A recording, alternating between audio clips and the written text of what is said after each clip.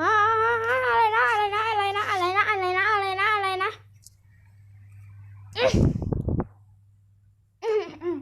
สวัสดีทุกคนกันด้วยนะครับ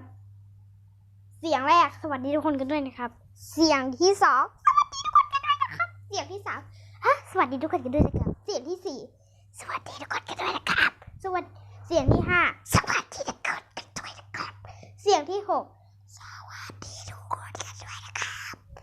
เสียงที่เจ็ดสวัสดีทุกคนกันด้วยนะครับเสียงที่แปดสวัสดีทุกคนกันด้วยนะครับเสียงที่เก้า